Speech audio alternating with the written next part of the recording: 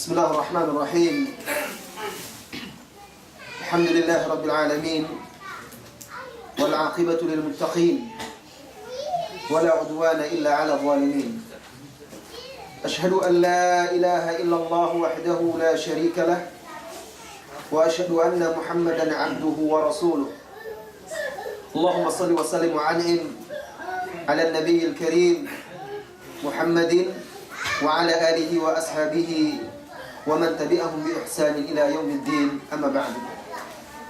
Saudara-saudari kaum muslimin dan muslimat yang semoga senantiasa dirahmati dan diberkahi oleh Allah Subhanahu wa taala. Mari kita lanjutkan materi kajian kita yang pertama tadi tentang indah dan mudahnya Islam. Tadi kita sudah berbicara, walaupun masih singkat, tentang keindahan Islam dalam hubungan hamba dengan Rabb-Nya.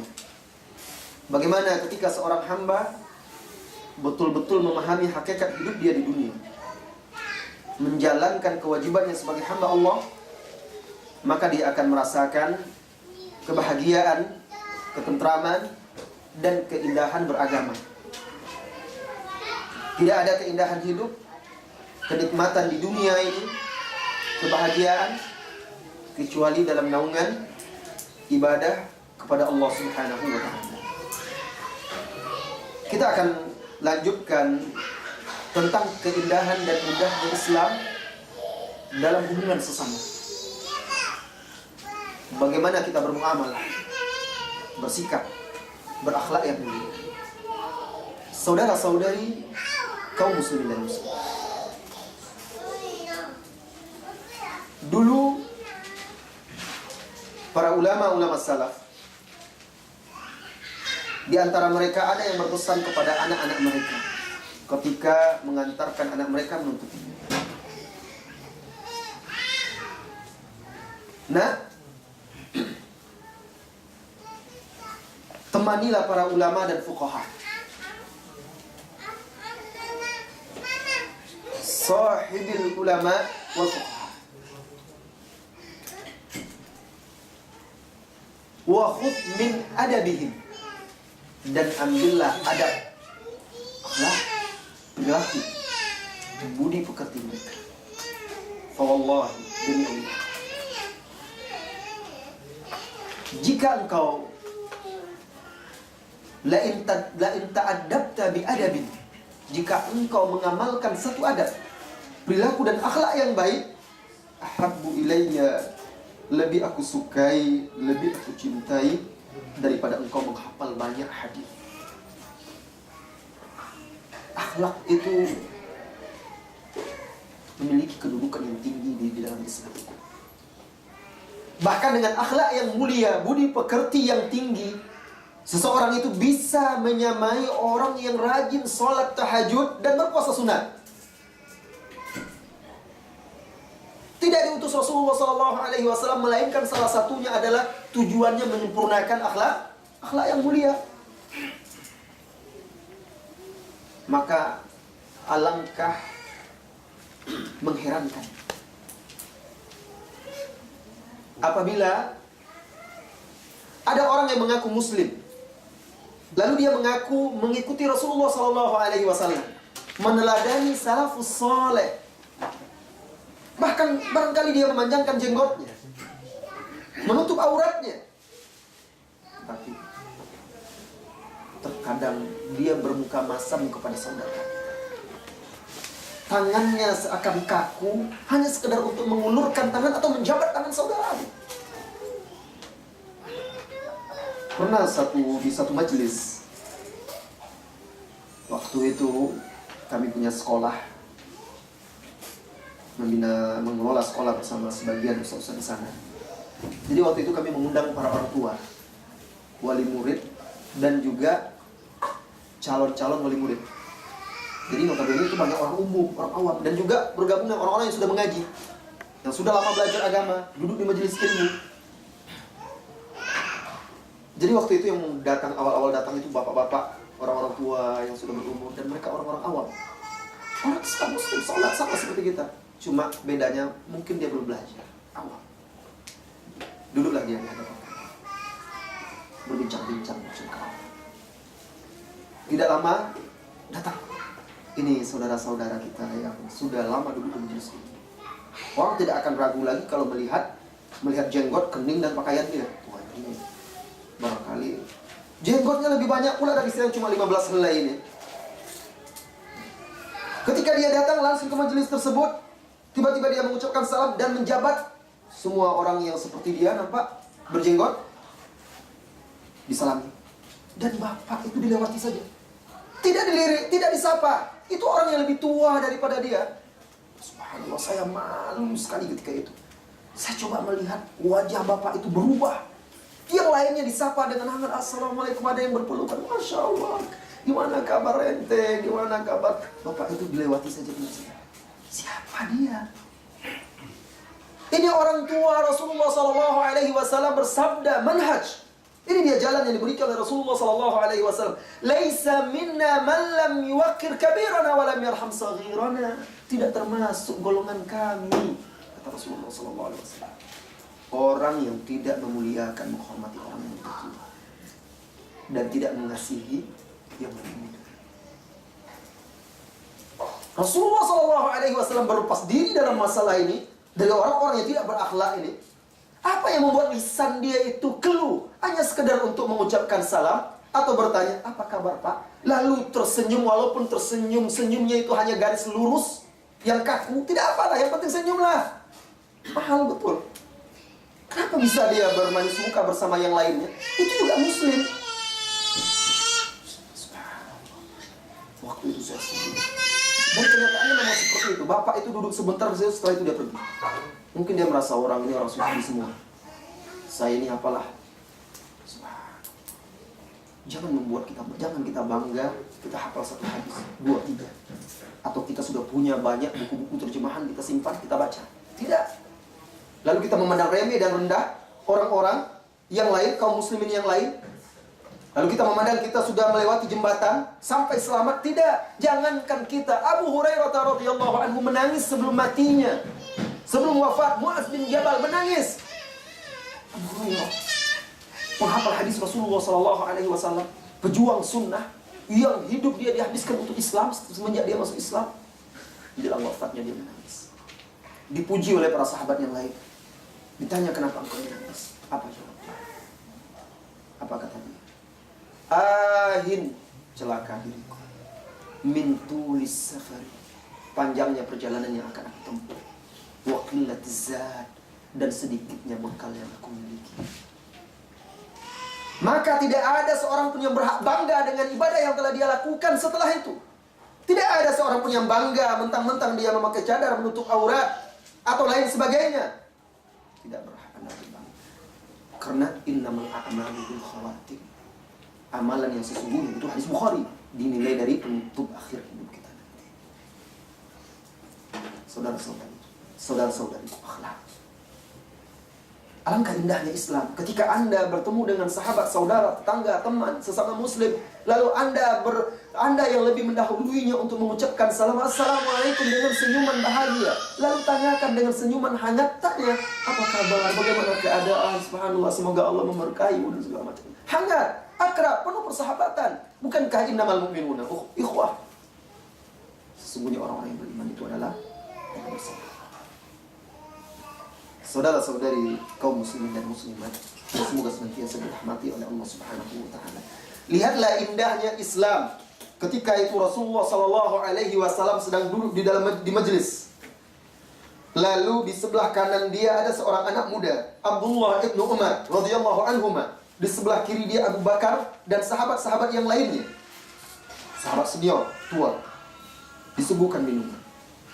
Sunnahnya adalah setelah Rasulullah atau siapapun yang memulai minum, itu sunnahnya kalau digilir ke kanan, orang yang di kanan. Nah, Rasulullah tahu ini orang yang dituakan, Abu Bakar dan lain sebagainya, sahabat-sahabat senior. Tetapi di sebelah kanan dia ada orang yang berhak. Rasulullah tidak serta-merta. Rasulullah minta izin dahulu kepada dia.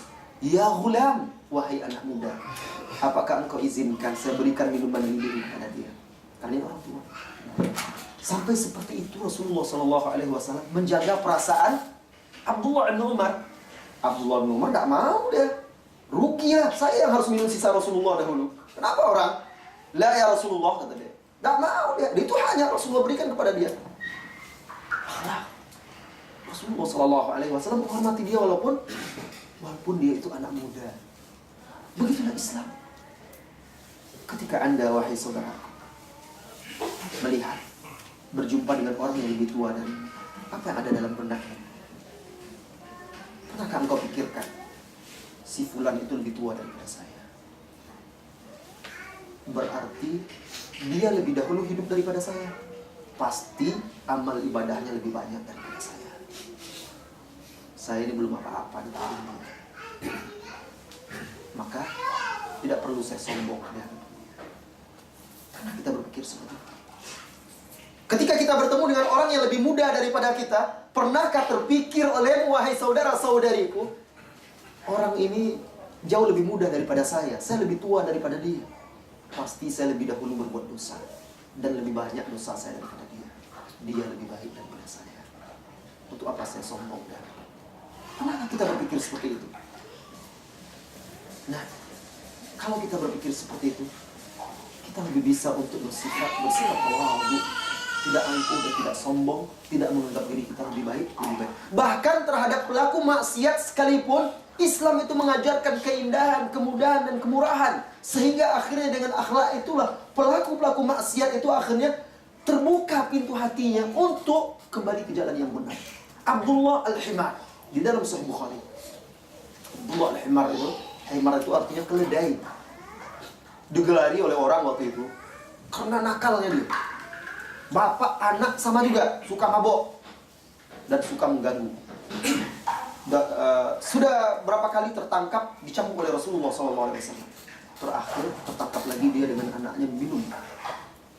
Ketika dihukum cambuk, dicela oleh salah seorang sahabat yang mulia, yang dekat dengan Rasulullah SAW. Dalam beberapa riwayat disebutkan itu sahabat Umar. Dicelanya Abdullah ini, apa kata Rasulullah? La ya Umar, innani la a'lam annahu yuhibbullah wa rasulah. Jangan celah seperti itu.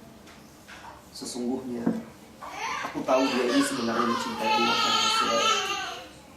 Terkadang dalam kehidupan kita ada sahabat kita yang tergelincir, melakukan dosa dan maksiat.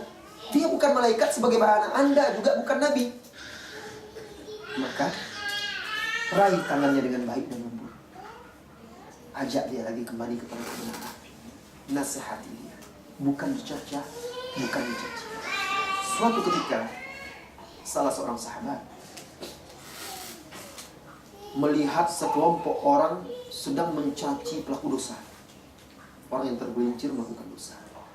Sahabat ini lewat, lalu sahabat ini berkata, kenapa fulan dia begini. Atarauna, bagaimana menurut kalian kalau seandainya saudara kalian ini jatuh ke dalam sumur atau hanyut di bawah arus sungai, air, apa yang kalian lakukan?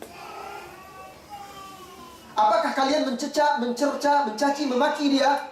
Salah sendiri, kan sudah dilarang main ke sungai, main juga, rasain. Kan bukan seperti itu. Kalau mau marah juga nanti, pertama yang dilakukan adalah menolong dia.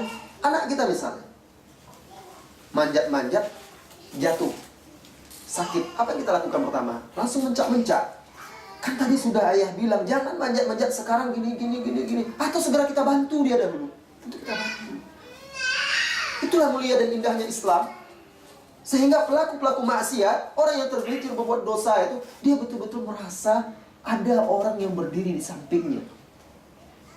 Tanyakanlah kepada mereka, sebenarnya mereka tidak mau tergelincir itu. Tetapi terkadang mereka lemah, terpengaruh, tergoda, terbujuk.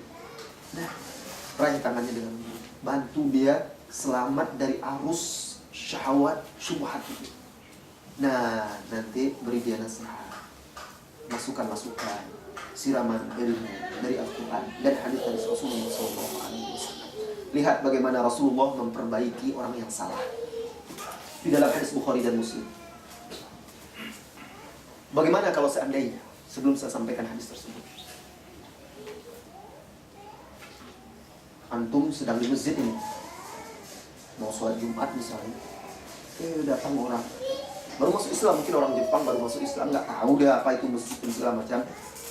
Tiba-tiba ada orang itu pergi dia ke sudut masjid itu, jangankan meludah aja lah dia di masjid itu, karena dia nggak tahu apa sikapnya. Mungkin kita akan marah, kita tegur, apain? Ini masjid, jangan. Di zaman Rasulullah lebih daripada itu. Ketika Rasulullah SAW sedang duduk bersama para sahabatnya, Ja'a A'rabiyyun Fabala fi ta'ifatin minal masjid. Masuk dia orang Arab kampung itu, Badui itu. Jadi orang Arab yang hidup nomad, berpindah-pindah di padang pasir itu Arab Badui namanya. Yang jauh dari kebudayaan, peradaban kota, tidak berpendidikan. Ya mungkin karena dia pada pasir, di mana tempat dia mau kencing kan. Masuk dia masjid. Masuk ke dalam masjid, Ja'a A'rabiyyun fadakhala al-masjida wa bala fi ta'ifatin minal masjid. Masuk masjid, pergi dia ke sudut salah satu masjid, kencing dia di situ. Sahabat yang melihat itu marah, berdiri sahabat semuanya, hampir saja dipukul oleh para sahabat. Kalau sekarang terjadi, saya yakin itu diusir, diseret gitu. Ini penghinaan, mungkin ini musuh-musuh Islam yang menyusup ini, mau merusak Islam dan segala macam. Apa kata Rasulullah? Biarkan. Biarkan apa? Biarkan kencing. Biarkan dia kencing. Ya Allah, kok dibiarkan dia kencing di masjid? Biarkan saja. Setelah selesai orang Arab Badui itu kencing, Rasulullah perintahkan sahabatnya ambil air seember, siram. Orang Arab itu dipanggil Rasulullah, diajak pergi, kemudian Rasulullah sampaikan 4 nasihat. Inna hadzal masjid innama bunya, sesungguhnya masjid ini didirikan li iqamatis shalah wa zikrillah wa qiraatul Quran, untuk sholat, zikrullah, membaca Al-Quran dan lain sebagainya. Tidak pantas untuk hal-hal yang seperti itu. Kan enak, lembut, dia tidak malu di hadapan orang banyak. Akhirnya dia menerima. Coba kalau seandainya dipukul oleh para sahabat itu, bisa-bisa dia keluar dari Islam. Kok Islam ini main pukul saja, main ini. Mungkin dia akan pergi, lari, berubah pikirannya, tidak akan menjadi masuk Islam. Ini dampak yang pertama. Bisa jadi kalau dia dipaksa, dipukul, terkejut dia sedang kencing, orang sedang enak-enak kencing, ketakutan. Akhirnya kaget, bisa jadi kencingnya kemana-mana. Najis semakin banyak yang kena najis. Kalau dia hanya di situ saja, kan di situ saja dibersihkan. Bisa jadi yang ketiga dia sakit. Sebagian anak ini terkejut kan, bahaya.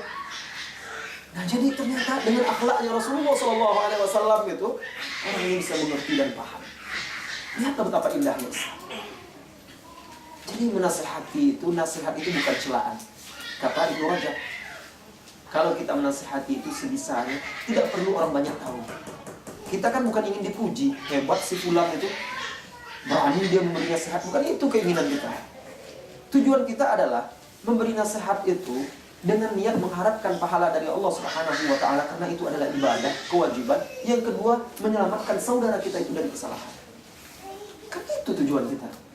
Kalau kita celah dia, membuat dia malu di hadapan orang, tentu dia akan semakin jatuh, terpuruk, malu dia. Dia tahu itu dosa, salah, tapi karena dia dipermalukan, akhirnya dibelanya dirinya, dosanya itu, kesalahannya. Gak mau dia terima. Nama orang Arab Badui ini, sahabat ini namanya Muawiyah bin Al-Hakam. Setelah itu dia sholat bersama kaum muslimin. Sholat, ada yang bersin. Dijawabnya, yarhamukallah, kata dia. Sudah sholat. Coba kalau antum sedang sholat jamaah, ada orang bersin, hamsin. Terus di belakang ada yang menjawab, yarhamukallah. Siapa pula yang punya kerjaan ini? Sedang sholat kok seperti itu. Nah sahabat begitu juga. Ada yang melirik dia, melirik tajam. Ada yang mengingatkan. Ada yang mengatakan subhanallah, subhanallah, subhanallah, supaya dia diam. Malah dia semakin marah. Kenapa kalian? Sakilat kaumukum, celaka kalian. Kenapa kalian lihat saya seperti itu? Dia bicara dalam sholatnya. Semakin ramai orang, subhanallah, subhanallah. Dia tidak tahu. Dia awam. Baru belajar. Nah, selesai sholat, Rasulullah bukan langsung, berdiri. Kau mengacau kau. Tidak seperti itu. Rasulullah panggil, Rasulullah bicara dengan baik, jelaskan bahwa dalam sholat itu tidak boleh ada perkataan manusia, hanya zikir, doa kepada Allah Subhanahu wa Ta'ala. Apa jadinya? Ketika dia berdoa, dibacanya doa, dia berdoa, Allahumma arhamni wa Muhammada wala tarham ma'ana ahada. Ya Allah, rahmatilah aku dan Muhammad, jangan rahmati orang-orang lain. Seorang itu marah dia sama sahabat, tapi sama Nabi Muhammad dia simpati, suka dia.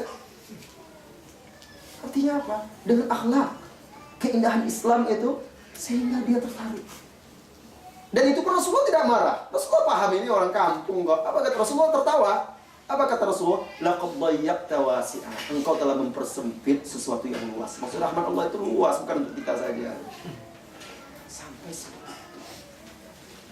Subhanallah. Itu akhlak yang luar biasa. Keindahan.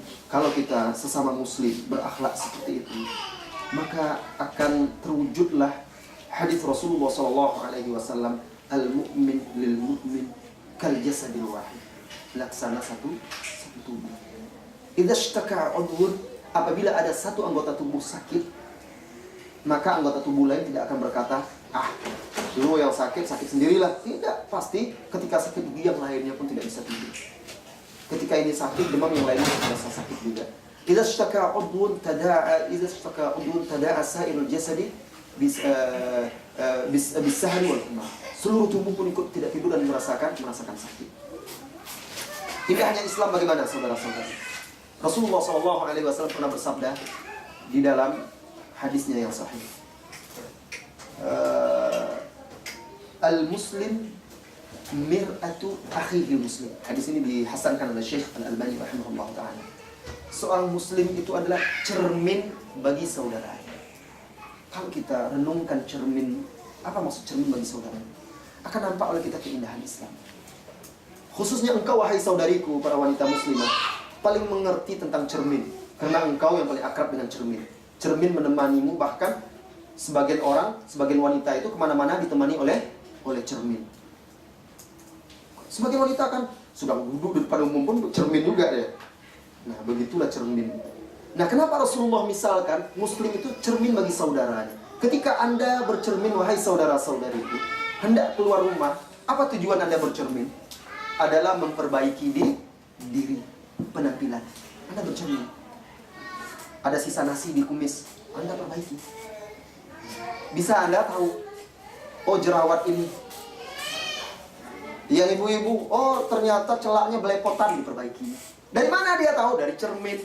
Nah, seorang muslim bagus harusnya seperti itu juga agar hidup ini indah. Dia harus saling memberi nasihat. Jangan ragu, jangan malu untuk memberitahukan aib saudaranya dengan tujuan memberi nasihat. Saudariku, itu ada nasi di sini. Kan bagus, kotor. Apa salahnya kita beri nasihat? Saudaraku, tadi begini. Kita kan sudah pernah belajar, itu tidak boleh. Nah, itu cermin. Dan ingat, cermin itu ketika memberitahukan kesalahan, ukhti, saudariku, ketika Anda bercermin, tadi pergi berwudu kan mungkin ada kaca, bercermin. Terus Anda pergi, datang orang lain lagi bercermin. Apakah cermin itu bercerita kepada orang itu? Tadi si fulanah di sini ternyata dia sumbing. Cerita dia kepada orang yang kedua. Kan tidak, cermin diam saja. Tidak pernah dia ungkap aib orang lain. Begitulah seorang muslim. Kalau Anda memberi nasihat kepada saudara Anda, simpan aib dia itu. Tidak perlu diceritakan kemana-mana. Sama seperti cermin. 10 orang bercermin, dia tidak pernah cerita kepada orang yang berikutnya tentang aib 10 orang itu. Dia simpan terus aib. Amanah. Karena tujuan dia memang untuk memperbaiki orang. Dia tidak punya niat dan maksud yang lain. Lihat cermin. Nah, alangkah indahnya kalau kita berakhlak yang mulia, berakhlak yang baik. Hidup ini akrab, penuh dengan persaudaraan. Coba lihat. Aduh, waktu kita terlalu sibuk. Indahnya persaudaraan dan persahabatan. Abu Dzar dan Bilal radhiyallahu anhu. Kisah ini diriwayatkan oleh Imam Al-Bukhari. Mereka adalah cerminan bagi kita. Kehidupan mereka adalah untuk kita teladani dan kita contoh. Suatu ketika sahabat berkumpul. Di sana ada Abu Dzar, ada Abdurrahman bin Auf, ada yang lain-lainnya, juga ada Bilal. Mereka berbicara. Suatu ketika Abu Dzar melontarkan pendapat. Pendapat dia dibantah oleh Bilal dan dia marah. Biasa kan, kadang kita rapat, berkumpul, bincang-bincang, diskusi. Manusiawi kalau ada yang marah. Dan juga manusiawi kalau pendapat kita dibantah. Toh pendapat kita bukan ayat yang wajib diterima, bukan hadis yang tidak boleh ditolak. Itu pendapat kita.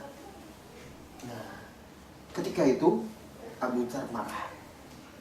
Lalu dia berkata, "Man anta ya Ibn Sauda?" Siapa engkau? Engkau pula membantah pendapat saya, wahai anak perempuan hitam. Wah, dicelanya Ibu Bilal itu. Terkejut Bilal. Terdiam dia, terhenyang. Tak terasa menetes air mata di pipinya. Sedih dia. Ibu saya pula dicelanya. Apa salah beliau melahirkan saya hitam seperti itu? Tidak ada. Sedih dia. Berdiri dia dari majelis tersebut, lalu dia berkata, "Saya akan kadukan kepada Rasulullah SAW." Pergi dia. Dicarinya Rasulullah SAW. Seketika itu Abu Dzar tersadar. Dia telah melakukan kesalahan besar terhadap saudaranya. Dia telah menikam hati saudaranya, menorehkan luka yang dalam. Dikejarnya, dicarinya Bilal. Dia takut. Takut kepada Allah Subhanahu wa Ta'ala. Bilal lebih dahulu sampai di majelis Rasulullah SAW. Dia ceritakan, "Ya Rasulullah, Allah sami'ta maqala Abu Dzar. Tidakkah engkau dengar apa yang dikatakan oleh Abu Dzar kepada saya?" Diceritakannya. Datang Abu Dzar. Datang Abu Dzar, Anas bercerita, radhiyallahu anhu, Abu Dzar mengucapkan salam, "Assalamualaikum ya Rasulullah." Apa kata Anas? Kami tidak mendengar Rasulullah menjawab. Rasulullah marah. Diulang lagi, Rasulullah diam. Apa kata Rasulullah? "A'ayyartahu bi ummihi ya Abu Dzar." Apakah engkau cela dia dengan menjelek-jelekkan ibunya, wahai Abu Dzar? Abu Dzar sudah salah, dia merasa bersalah, lalu dia berkata, "Istaghfirli ya Rasulullah." Wahai Rasulullah, mohonkan ampunan kepada Allah untukku. Dikejarnya Bilal, disusulnya Bilal, dipotongnya jalan Bilal, lalu dia berbaring di hadapan Bilal, ditempelkan pipinya ke tanah. Lalu dia berkata, "Ya Bilal, injak muka saya. Akulah yang hina, engkaulah yang mulia." Dia merasa berdosa dan bersalah. Subhanallah. Oh, Bilal, sekarang tahu kau, Tidak seperti itu, saudara. Kalau kita ada kesempatan membalas, kita balas. Minta, sudah payah-payah saudara kita itu minta maaf. "Maaf akhi, saya memang khilaf, saya tidak sengaja, saya betul-betul bersalah, tolong dimaafkan, tolong diridhoi." Enak saja minta maaf. Orang sudah sakit hati, sudah begini-begini, kamu minta maaf, enak saja. Tunggu dulu. Itu akhlak kita, berbeda dengan akhlak salaf. Bilal ketika melihat saudaranya Abu Dzar ini berbaring menangis terisak meminta keridhaan seperti itu, diangkatnya pundaknya lalu dipeluknya, saling bertangis-tangisan mereka. Indahnya persahabatan dalam Islam. Tidak ada dendam, tidak ada kesumar, tidak ada. Manusia tidak ada yang sempurna. Saudara Anda bersalah, Anda juga manusia yang memiliki dosa dan salah juga. Saat Anda bersalah, Anda berharap dimaafkan. Begitu juga yang lain. Subhanallah. Kapan kita memiliki akhlak seperti itu? Adapun terhadap orang-orang non-muslim, tidak diragukan lagi bagaimana akhlak Islam. Al-Quran berkata, Allah berfirman dalam Al-Quran di surah Al-Hajj, "La yanhakumullah 'anil ladzina la yuqatilukum wa la yukhrijukum min diyarikum." Allah tidak melarang kalian antabarru wa tuqsitu bil amal.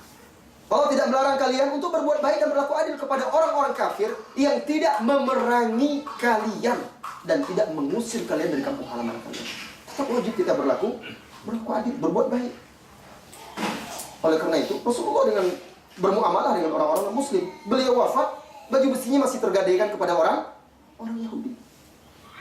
Padahal orang Yahudi secara umum sudah diusir dari situ. Tetapi orang-orang yang tidak memerangi, orang-orang yang tidak tetap berbuat baik, maka Rasulullah tetap berbuat baik kepada akhlak Islam. Nah, kesalahan kaum muslimin lah dalam memahami Al-Quran dan Sunnah, mengamalkan Islam yang menyebabkan Islam itu tampak buruk. Tidak jadi kita punya pertanyaan jadinya. Subhanallah, lihat bagaimana indahnya Islam tentang menjaga stabilitas dan keamanan sesama manusia. Rasulullah SAW melihat seorang yang berjalan di dalam masjid, busur anak panahnya itu yang tajamnya keluar. Rasulullah perintahkan untuk menutupinya. Jangan sampai menyakiti manusia. Nanti kena orang luka. Kalau itu saja dilarang oleh Rasulullah SAW, bagaimana dengan perbuatan-perbuatan lainnya yang bisa menghabisi nyawa orang yang tidak bersalah? Bayangkan bagaimana mulia tingginya akhlak Islam. Baiklah saudara-saudariku, berbicara tentang keindahan Islam tidak akan pernah habis. Kenapa? Karena Islam itu adalah dari Allah Subhanahu wa Ta'ala yang ilmunya maha luas. Apa yang kita ketahui sekarang? Seperti engkau mencelupkan airmu, tangan jemarimu di samudra, lalu ambillah, angkat lagi. Seperti itulah baru yang kurang. Maka teruslah gali keindahan dan kemudahan Islam itu, sehingga semakin mendorong dan memotivasi kita untuk beramal. Baik, kita jawab dulu pertanyaan yang tersisa sebelum kita sholat asar ini. Karena ada materi kedua tentang bakti kepada orang tua. Ustaz, bagaimana dengan sholat isya yang diakhirkan dengan alasan mendengarkan ceramah agama? Mengakhirkan sholat isya, sementara orang yang menyia-nyiakan waktu sholat diancam neraka. Bukankah sholat lebih utama? Saudaraku, sejatinya waktu sholat isya yang paling utama itu adalah di akhir waktu, dengan syarat dikerjakan berjamaah di masjid, di tempat dikumandangkan azan. Kalau di sini kan tidak ada tempat masjid khusus dan segala macam. Nah, kalau antum buat kajian, nanti setelah itu sholat berjamaah, di akhir kan sholat isya, Anda dapat keutamaan. Waktu sholat isya itu kalau bisa dikerjakan berjamaah, tidak memberatkan, itu di akhir waktu. Akhir waktu sholat isya itu tengah malam, sekitar jam 12. Setelah itu tidak ada waktu sholat lagi, sampai subuh. Yang ada waktu sholat tahajud. Apa kata Rasulullah di dalam hadis Bukhari dan yang lainnya? Sahabat itu menunggu Rasulullah sholat isya itu sampai ada yang mendengkur. Sampai ada seperti itu, tertidur. Datang Rasulullah SAW, apa kata Rasulullah? Inna hadzal waktuha, inna hadzal waktuha. Inilah waktu yang sesungguhnya. Ini waktu yang paling afdal salat isya. Laula an yashqa ala ummati. Kalau tidak memberatkan umatku. Tapi karena memberatkan, tidak semua orang bisa berjamaah nanti. Akhirnya Rasulullah sholat di awal waktu. Jadi saudaraku, pertanyaannya ini tidak termasuk dalam menyia-nyiakan waktu sholat. Ya. Ketika seorang ini sudah, bagaimana hukum Al-Quran yang ada di handphone? Apakah pahala membacanya sama dengan mushaf Al-Quran? Tentunya, selama itu memang Al-Quran yang sempurna, kamil, lengkap, maka itu sama dengan mushaf. Ya, sama dengan mushaf dan wajib kita jaga dan lain sebagainya. Membacanya sama dengan membaca Al-Quran. Kitab sekarang sudah banyak yang dirubah. Apa masih dikatakan ahli kitab? Nah, ini tadi sudah saya jelaskan. Emangnya di zaman Rasulullah kitab tidak banyak dirubah. Dari dulu jauh sebelum Rasulullah lahir sudah dirubah itu kitab Taurat Injil itu. Yang pertama merubahnya itulah si Paulus itu. Paulus pertama. Dia orang Yahudi yang berpura-pura untuk merusak agama Nasrani. Lalu dia katakan ketika dia berjalan di suatu tempat itu, dari arah timur dia mendengar ada suara. Ya, apa suara itu katanya siapa nama asli dia saya lupa. Ya jelas suara itu mengatakan, kenapa engkau memburu-buru saya? Kenapa engkau memburu-buru saya? Apa kata si Paulus ini? Lalu saya melihat ke atas dan saya bertanya, siapa Anda? Lalu dia berkata, aku adalah Tuhanmu.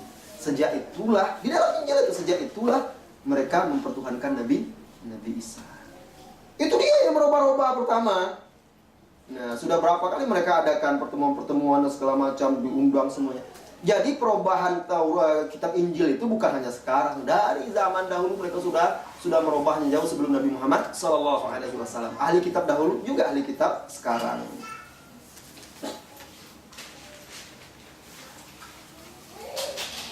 Bagaimana bisa melakukan? Oh, ini sudah semuanya. Baik, berarti habis pertanyaannya. Alhamdulillah.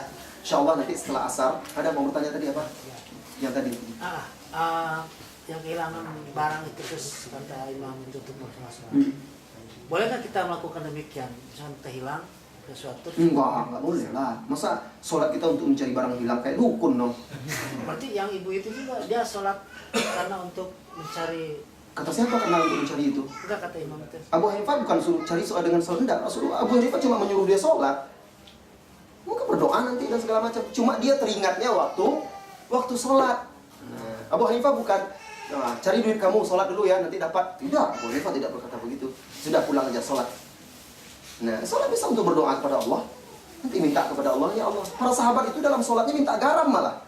Ya Allah, garam kami sudah habis, tolong ya Allah beri. Tidak ada masalah. Tapi bukan tujuannya untuk mencari garam itu. Dia tetap sholat karena Allah. Tetapi itu adalah waktu yang istijabah, yang paling dekat saatnya untuk berdoa kepada Allah Azza wa Jalla. Ya. Satu lagi, Ustaz. Ya. Mengenai yang kerja konteks dengan menghargai, memuliakan orang yang lebih tua. Seperti di Jepang misalkan, orang tua itu kita ketahui dia tuh kafir. Apa juga layak kita muliakan seperti kita memuliakan orang muslim juga, Orang kafir, selama dia tidak mengganggu kita, tidak mengusir kita, tidak memerangi kita, kita wajib berbuat baik kepada dia. Yang tua tentu kita hormati, nggak mungkin kita hina-hinakan. Itu akhlak Islam. Itu adalah akhlak Islam, kita hormati, kita muliakan. Walaupun dia itu orang kafir, tidak boleh kita hinakan, kita lecehkan. Itulah akhlak Islam. Bahkan subhanallah, salah seorang imam tabi'in, dia punya tetangga orang kafir, Yahudi. Jadi saluran air itu dikeluarkan oleh Imam Abu Nu'aim dalam kitab Hilyatul Auliya. Jadi saluran pembuangan dia itu melewati rumah imam ini, bocor. Tapi tidak pernah ditegur-tegur oleh imam. Di kampungnya saya dibersihkan oleh imam. Ketika dia mau wafat, imam ini mau wafat, dipanggilnya anak-anaknya. Dia beritahu, dulu tetangga kita ini begini. Selama ini saya terus membersihkan. Sekarang saya panggil kalian karena saya takut kalian tidak akan sabar untuk itu. Beritahukan kepada orang Yahudi itu supaya dia memperbaiki. Datang anak-anaknya itu ke sana. Terkejut orang Yahudi itu dan dapat cerita itu, dia merasa bersalah. Dan dia kagum dengan akhlak imam ini. Masuk Islam dia minta maaf. Dia tidak tahu selama ini seperti itu. Kenapa engkau tidak beritahu dari awal? Saya tidak mau menyakiti Anda, mengganggu Anda. Biarlah saya bersabar untuk membersihkan. Minta maaf. Orang Yahudi minta masuk Islam. Sahabat Abdullah bin Amr bin As itu, sebagaimana di dalam kitab Al-Adabul Mufrad, setiap kali dia masak, diperintahkan, lebihkan untuk tetangga kita si fulan, Yahudi. Lebihkan, kasih dia. Seperti itu, padahal Yahudi. Cuma karena itu dihormati. Karena itu ada Pak. Kenapa? Karena dia tidak mengganggu, tidak menyakiti dia. Maka tetap dia posisikan sebagai layaknya manusia. Kalau dia tua dihormati, kalau anak kecil juga kita hargai sebagai anak kecil. Satu lagi Ustaz. Habis waktunya. Nanti tidak habis, nanti insyaallah. Baiklah, kita istirahat untuk salat dulu. Wassallallahu wasallam ala nabiyina Muhammad walhamdulillahirabbil alamin. Subhanakallahumma wa bihamdika asyhadu an la ilaha illa anta astaghfiruka wa atubu ilaik. Assalamualaikum warahmatullahi wabarakatuh.